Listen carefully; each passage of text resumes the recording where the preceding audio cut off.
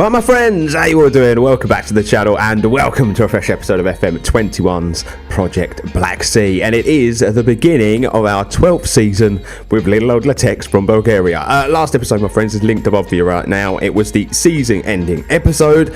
It was a bit of a strange one, wasn't it, if you've already watched it? Don't know what happened. Go and watch it, though, my friends, and you'll find out exactly what I'm on about.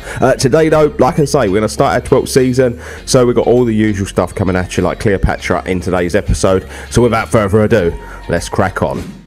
Okay, my friends, so the first thing we need to tackle is transfers. And you will remember in that season-ending episode that we weren't given a lot of money, were we? We were given 28.5 million, I think it was. And I said I wanted to go big or go home where this season was concerned. And unfortunately, I've been able to do none of that because we just weren't given enough budget. And I didn't really want to move any of the players on when I was looking at the squad because I thought I don't want to break too many of them up because we're still fighting to try and get to that Champions League final. We've made 2 semi-finals in a row in the last couple of years. I feel like we're getting there. I feel like we've got the squad to potentially get there. So I didn't want to break it up too much. And then we weren't given a lot of money. There weren't really any class targets becoming available. So instead, I've just kind of added a few youngsters to the squad. But they're youngsters that some have gone out on loan. But some of the youngsters, I feel like they could help. I think they could do a job for the team. So, yeah, it's a bit of an odd one. But anyway, let's talk about the outs first. First and foremost, David Reynoldson. What a player he was for the club in the couple of years that he was here. I think he did really, really well for us in the 3 seasons, as you can see from his stats there. Always popping up with goals and assists. Always with the great average ratings. But he has now left. He's gone to Nuremberg in Germany for 3.5 million. He basically wanted more football we can't offer him because we've just got better players than him in that position. So we've allowed old David Reynoldson to leave, but he was a class player, star for us, absolute star, and we wish him well. Next up is that of Ivalo Tenev. Now he was the young right winger that was coming through the academy who we gave a few games a couple of seasons ago. I thought, hey, he looks like really promising, something might happen. He just didn't develop, unfortunately, and Ludogorets came in with a £1 million offer, and I just thought it was too good to turn down. So Ivalo Ivanov has left the football club. Ivalo Tenev has left the football club, and I just feel like it's good money for an academy prospect who played a few games there, but then since has kind of gone out on loan and not really done it on loan either. That's the thing that has to be remembered. And then you're going to see that another couple of youngsters have left for pretty much no cash at all. And then we've loaned out a load of players. Huang Yi, Rusanov, Marinov, Sarsbo, Stalev, Simov, Dimitrov. They've all gone out, and there's a couple of players there I didn't mention because they're actually new signings this season. So let's get to the new signings, shall we, ladies and gentlemen? We'll go least to most expensive because it's kind of how they're being treated with where the club's concerned. But they are young side. They're not exciting because they're youngsters. They're kind of me building or pre-building for future seasons. I don't know how long we've got left in this series, but you know, I'm always building each season to make sure we've got players. But for 350k, 600 over the period of the transfer, Vladislav Aboriginal has joined the football club. Now, I've signed him as an attacking midfielder, but looking at his attributes, he could probably play right wing as well. I do believe he probably could play right wing, and I'm not sure which one to develop him as. But he's a good player. He's a pretty well-rounded player. He's gone out on loan this season. I felt like it was better to give him first-team football than just throw him in the under-19s or stick him in the first team and him not get any football at all. So Vladislav Aboriginal, he's going out on loan. He's a youngster to keep an eye on. Next up, we've got Carlos Lejan.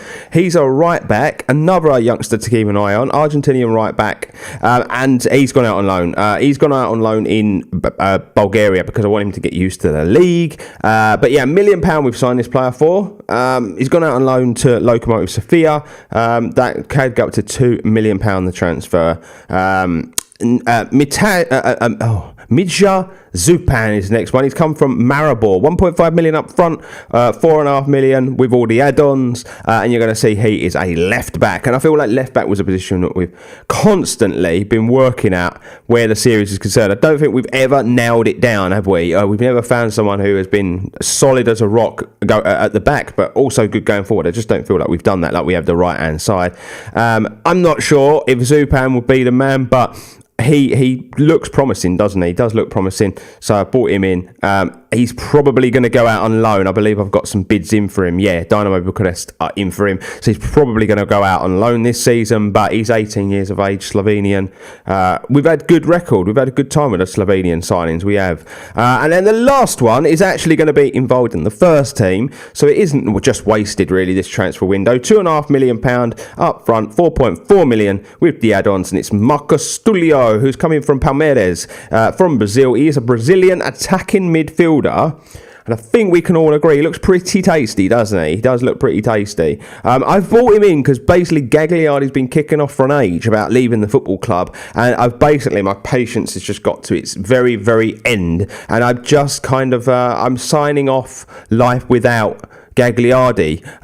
We signed Torlakovic, didn't we, last season? He's now our starting attacking midfielder, and I brought Tulio in to play rotation with him because I feel like Tulio is a great player, and I feel like he's better than Gagliardi. I nearly changed his name to Coolio just because it sounds similar, but that's just a reference to show how old I am. But there you go, my friends. That's the transfer window. We've still got time to get deals done. It's very early in the window, so you never know. If anything props up, then we might take a look at some other players. We've still got a fair amount of money in the kitty. 25 million, call that. We've still got a fair amount of money in the kitty. Some good wage space as well. So, you know, we're still there. We've actually broke the £100 million mark where the balance is concerned as well. This club, excuse my language, but this club was on its arse when we came in, and now look how healthy this football club is. It's a giant in Bulgarian football. It's just been difficult making it a giant in football all around. I'm just going to take a sip of my tea. Otherwise, that's going to go cold, isn't it? But it has been difficult really breaking that European structure, but it is what it is, my friends. Now, let's head over to the fixtures first.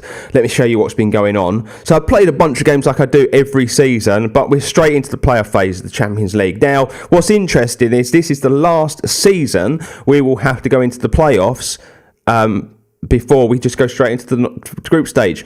Our league reputation has improved again a tiny bit, so it means we would from next season go straight into the group stages. So yeah, it's amazing really the level that the reputation of the league has changed over the course of the series. It's been immense, it really, really has, but that's what we're going to do today, is those playoff games. So the friendlies all went really well. As you can see, we've smashed a load of teams. I tend to play weaker teams during friendlies just because I like to get the players morale up by scoring goals and playing well and that sort of thing. But then we started the season with Sarsko Silla. I believe they're recently promoted to the league. You can see Torlakovic, Josefov, Senjik and Pospisil with the goals. We've got Levski Sofia 6-2 win in this one. Pospisil hat-trick, Torlakovic brace and a Kovacevic goal. They grabbed a couple. They were actually 1-0 to the good. Botev Plovdiv 3-0 win. Torlakovic brace and a Senzagradi goal. Ludogorets were on the end of a 5-2 beating in the Super Cup. You'll see Pospisil hat-trick, Zakanovic and Meglin with the goals in this one. And then Lokomotiv Sofia Yosefov with the only goal in the game. And that brings us up to date. We're going to be playing FK Sarajevo, and this is a fixture we should walk, basically. I've looked at the team. They're nothing special. We should walk past them. So I'm hoping that by the time this is finished, we'll be drawing the Champions League group stage again, my friends. But I like to bring you all the Champions League fixtures because that's what we're concentrating on now, because that's the end game. As long as Thanos isn't there clicking his fingers and we get beat in the final, but that is the end game, my friends. So that's that. So let's quickly take a look at the tables. So if we go to the table, you're going to see we are perfect. 4 from 4, 12 points on the board, 3 clean sheets for Tanovic. It's been a quality start to the season. If we just go to that season preview, you're going to see that the whole dream team is made up of Litex players, and we were 1-16 on to win the league again. It's pretty boring. You will see there's 2 Champions League places now up for grabs next season. Like I say, one would go straight into the group stage and the other one has to qualify, but that shows you the level that the league's got to again. It's been like that for a little while, but it obviously is changing next year because of the way the qualification is. But it is quality what you can do for a league when you're doing well yourself. But yeah, as you can see, we made a slight jump from 12th to 11th. But yeah, the reputation is unfortunately not been able to break that top 10 yet. It's still dominated by some very, very strong leagues. I don't know how long that would take, to be honest, to break that. But yeah, I guess we just get on with this season now, my friends. So let's get into the first game, shall we? As we push on and we play FK Sarajevo in the first leg of this Champions League tie. And this is the team I've decided to go with. So we're going to go with Tanovic in goal, Tasev and Duzal at fullback, Kahar and Yosifov at centre-back, Lesko and Fielding are going to play centre midfield, McGlynn on the left, we're going to go Kovacevic on the right, Torlakovic through the middle, and Zekanovic is going to come in and play up top. So here we go, my friends. First game of today's episode. These two games should be an absolute walkover, to be honest with you. But you know, if we was to lose these playoff games and not make the group stages, then and I didn't show you, I'd have to explain it. And let's just hope that's not going to be the case at the end of the day and at the end of today's episode, as McGlynn is in, and 2 minutes and 18 seconds into this game, McGlynn puts us 1-0 to the good. And it's hard, my friends, I'm afraid, to get excited when you're beating teams with such ease the way we have been in the league and in these early stages of the Champions League. It was fun, weren't it, when we first started our Champions League journey all them years ago, but now it's just a bit like... it is what it is. Anyway, Torlakovic on the football. He goes back to Tasev, into Lesko. Torlakovic, it's a beautiful ball. And Kovacevic, it's the crossbar. What a lovely ball that was from Torlakovic, though. I'm going to ignore that set piece. Dudar. Because I just don't think we need to be worrying too much against this team. Throw it into Torlakovic, into Duzal, into Torlakovic again. You will see, by the way, that the stadium is finito. Those seats have been added. It is 13,000 seats. It is what it is. We can't do any more with it. Get in there, Kovacevic. What a ball, by the way, from Nikola Tasev, who... I'm going to be honest with you, I wish I had converted him to a left winger earlier in his career, because I think he's better going forward than he was ever going to be as a defender. But it is what it is. These things happen. It comes back to Kovacevic into Fielding. It's a good ball and it's a header over the bar again, my friends. It's just not to be. Right, ball over the top. Keeper's going to claim that really easy. It has been all Litex, and it's kind of what we expected in this game, isn't it? That ball out wide into Kovacevic is good stuff. He's going to drive inside. Ball coming this way into McGlynn, who's actually been excellent since he come back from his loan spell. Does his player. It's a fantastic ball, but that header goes just wide. We've had loads of chances. How we've only scored 2 is beyond me. And it looks as though it's just going to come straight back at Sarajevo, unfortunately. As McGlynn now is on the football, he's going to drive forward with this one all the way. Inside into Lesko. Back to McGlynn, who's been dangerous all game. It's a really good ball, and on the rebound, it's Torlakovic with the goal this time. The defender just couldn't do enough, couldn't keep it out of his grasp, and he scores a goal, and we're in again. And that's going to be a penalty, as Kahar has been absolutely manhandled to the ground there. It's like something you'd have seen in WrestleMania. It's going to be a penalty. We know it's going to be a penalty. There we go. It's awarded. Who's going to take it? Because I feel like there's players on a couple. Oh no, Fielding's going to... Oh, and Fielding misses. Fielding misses the penalty. It's not a great penalty, though, to be fair. It's at the right height. Tasev now. Lesko. Inside to McGlynn. Comes wide to Tasev. Ball in the box. And Kovacevic again. Header over the bar. So many chances. So many chances. Can't believe Fielding's missed that penalty. It's not a good penalty either. It's a pretty woeful one. We're nearly at half time, and it's been all attack. 16 shots, 7 on target, and absolutely not a sniff for FK Sarajevo on the other side. 70% of the possession we had in that first half. I'm literally just going to get moving with this, because there's no point holding them back. Let's just jump into this second half and get this game done and dusted, shall we? I might think about some substitutions. I don't really feel like our best players need to be out there. Should we let this play out first? That's going to go to McGlynn. He's taken that out of the air very, very well. Into Kahar. Ball through into Torlakovic. Comes wide into Kovacevic. Keep going. There we go. Into Duzal. Good ball into the box. Oh, he just couldn't get on the end of it. I was actually thinking, how many times do you think a semi-finalist in the Champions League has had to qualify through the playoffs the following season? How many can you probably think of that have actually had to do that in real life? This is good. Torlak, oh, he's hit the post. Yeah, I was thinking about it because the last 2 seasons, that's what we've had to do. Kovacevic, I think, will put Zekanovic wide and we'll bring Pospisil on. Greg Fielding will get you off as well because you're on your yellow card. We'll just protect those 2 players because they were on yellows. But yeah, I was thinking about it. Like, last 2 seasons, we've made it to the semi-finals, haven't we? And we've still had to qualify both years. Right, McGlynn, he's in, and it's a good save this time from the keeper. It's a very, very good save. McGlynn is in, rhymes, and it annoys me that it rhymes. I don't know why, because I say it a lot, but it does annoy me.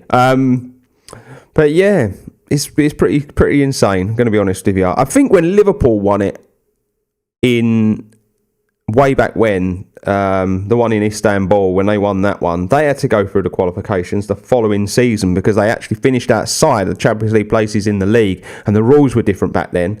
I think you just got entered into the competition so that you had a chance to defend it. They're actually in. Oh my God, I'm waffling away. Oh my God, that is an awful miss. It really, really is. But yeah, I think you had to be entered at the earliest stage so that you had a chance to defend it. Whereas I think if you are a defending champion now, they just bang you in at the group stages. I believe.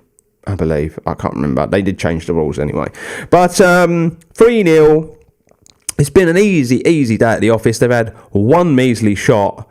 I feel like I would have liked a few more goals just because we've been so dominant. But Torlakovic now back to Senjic. What a ball that is. What a ball that is from Senjic. And Pospisil just had the easiest of tap-ins because the ball was so good. Senjic is slowly becoming one of my favourite players. I love a deep-lying midfielder. As anyone who watched the Palermo problem last year will know. And that's 5-0. There was me saying I wanted more goals. Pospisil comes on and he gives me more goals. Pospisil is the ultimate goal scorer at this football club. He really, really is. He just doesn't stop scoring goals. Sakanovic has picked up an injury. That's not great because we don't really have anyone to bring on. But it is injury time, so it's not too much of a problem. And that's leg one done, job done. Well, the first leg was a very convincing win, wasn't it, my friends? And so we're just going to go straight into the second leg. Now, there was a game played between the two. I'll catch you up at the end of the episode, my friends. But this is the team we're going to go with for the away leg. We're going to go Tanovic in goal, Tasev at left back, Tuzal right back. We're going to go Kahar Yosifov at centre back. Fielding and Senjic are going to play in the middle together. McGlynn left, Kovacevic right, Torlakovic through the middle, and Pospisil up top. So here we go, my friends. Game 2. Not that you can see the players walking out because of the stupidly placed floodlights, but anyway, we are into the second leg, and we visit FK Sarajevo this time. And let's just see. Basically, it's 5-0 on aggregate. I'd be very surprised if we lose it from here. I really would. So it's just about getting the job done. It's about giving you a couple of fun games to begin the season with before the real stress of the group stages is upon me. That's a fantastic run from McGlynn, and then Kovacevic just heads it in. We've got big wingers at this football club. I just want to throw that out there. I was looking at all the players in a bit more sort of depth the other day because I was trying to see how they've progressed since I signed them, and some of them have progressed really, really well.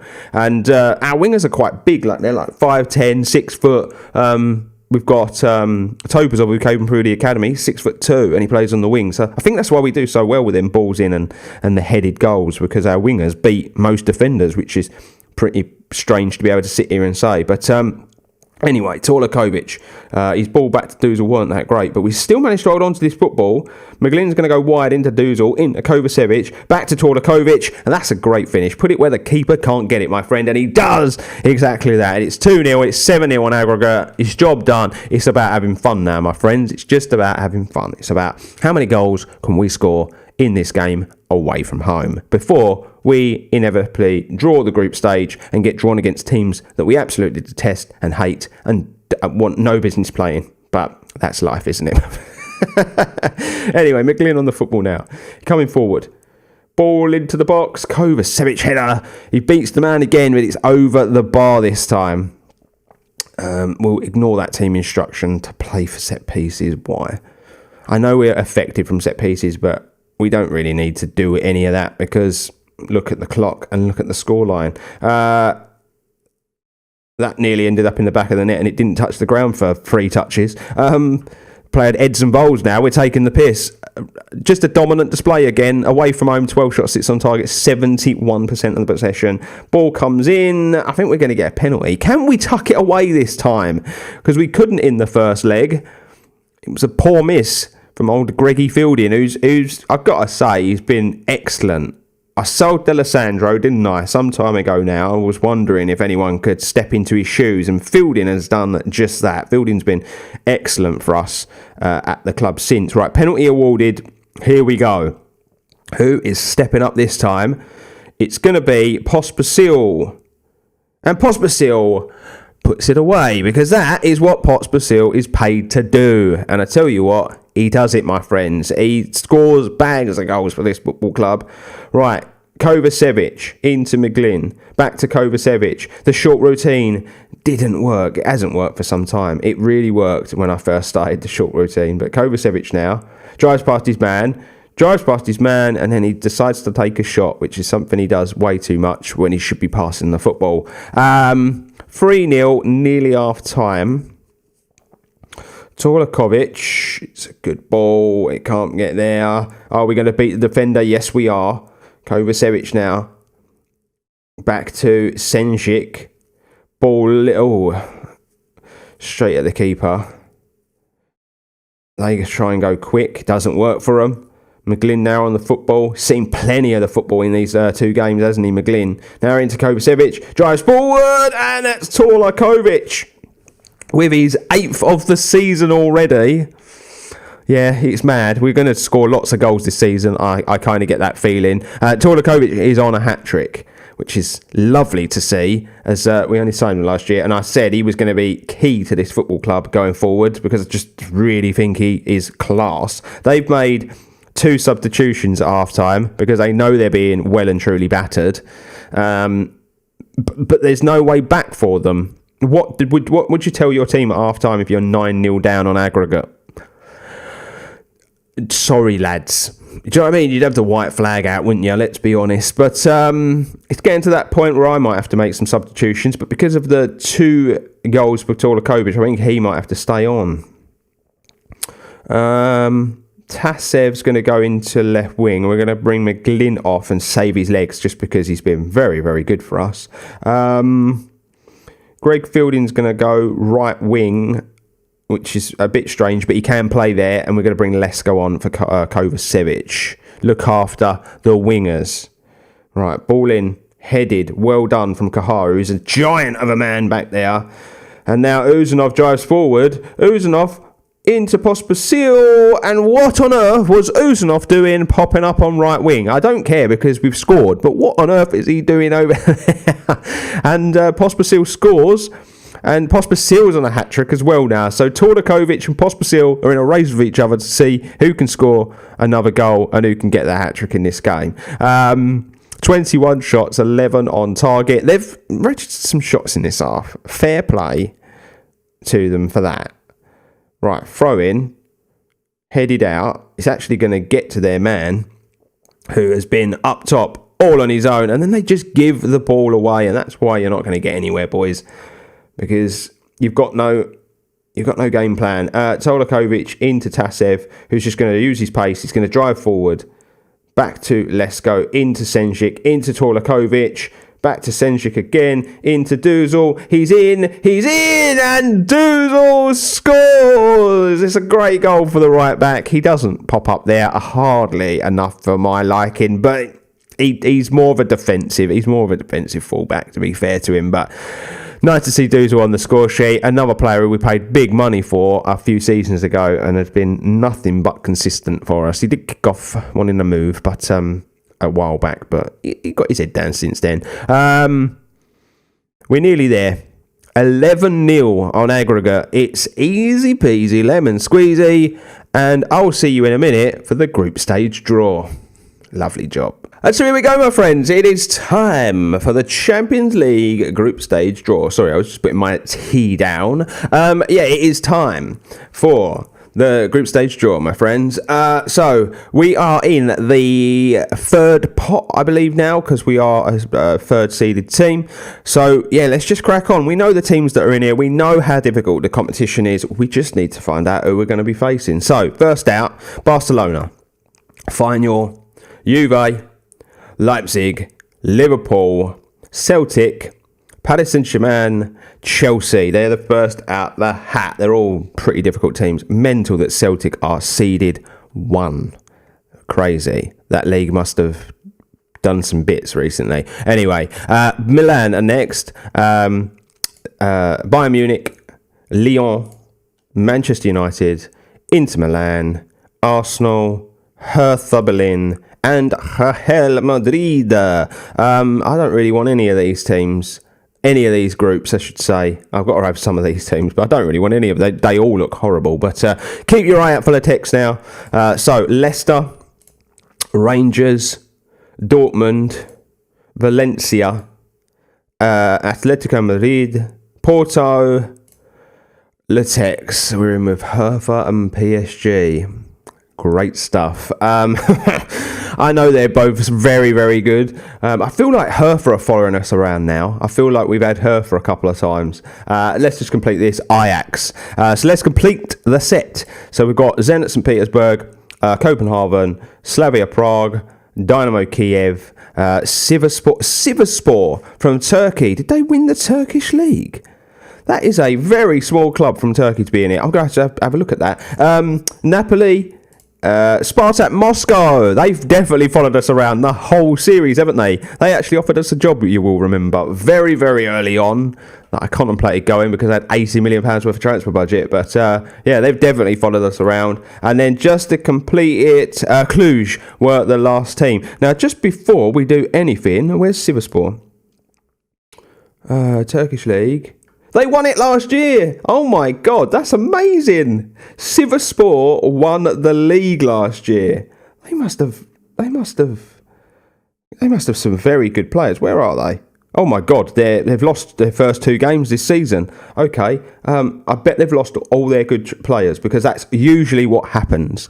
That is usually what happens if a nobody wins the league. It doesn't look like they have. It really doesn't look like they've lost anyone that they wouldn't have wanted to lose.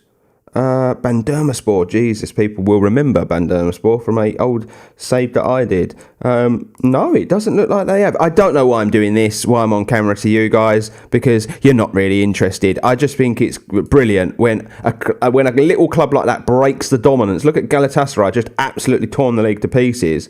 So since this began, oh my God, Step won it.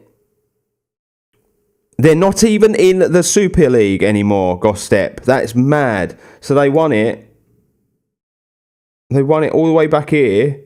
And then they were relegated last season. Oh my God. So that's pretty mad in itself. Then Galatasaray, Trabzonspor, Fenerbahce, and then Galatasaray just went on a tear. And then Sivasspor. Wow.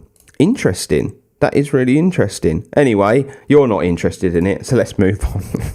I should do this, shouldn't I? Once the series is over, I should do an episode where we go and look at all the leagues we could have been in, because Turkish League is one we could have been in. We should go and have a look at all the leagues we could have been in and see what's happened in those leagues. Let me know in the comment section below if that's something you'd like to see. Anyway, let's press on. That's the group.